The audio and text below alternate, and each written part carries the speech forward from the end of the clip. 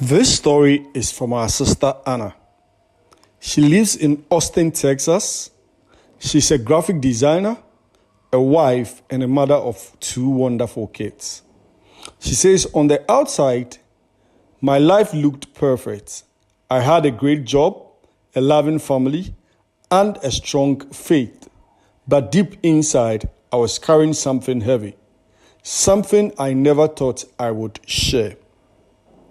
What I'm about to tell you might change the way you see life, sin, and redemption.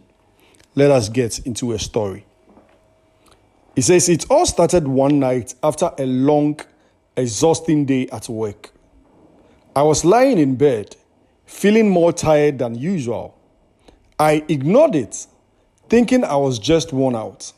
But then, everything went black. It was as if I was being pulled out of my own body. I tried to fight it, but I couldn't. At that moment, I realized I was dying. I had no idea what to expect, but what happened next was beyond anything I could have imagined. Sadly, I was standing before him, Jesus. I had prayed to him many times, but now, standing in his presence, I saw how little I truly understood his love, his power, and his truth. It was overwhelming.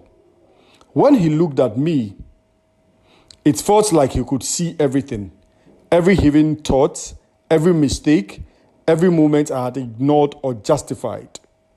I thought he would comfort me, tell me everything would be okay, but instead, he showed me something that changed my life forever. It was like my entire life was being played before my eyes. Every moment, every choice, every secret I had kept. Then he stopped at one thing. One sin I had always told myself wasn't a big deal. For years, I had thought this sin was harmless. It didn't hurt anyone. I thought I was in control. But at that moment, I saw the truth. It wasn't small. It wasn't harmless. It was a chain holding me back.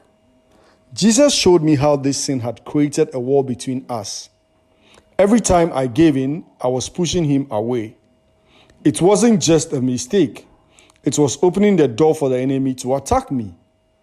What seemed like a little habit had become a stronghold, wrapping tighter and tighter around my heart. Then, Jesus revealed something that shook me to my core. He showed me how the enemy was using my sin against me. Like a legal case in the spiritual world, the enemy stood before God, pointing at my actions, saying, "Look at her. She keeps choosing this sin. She's breaking your commands. How can she say she loves you when she won't let go of this?" I had no defense.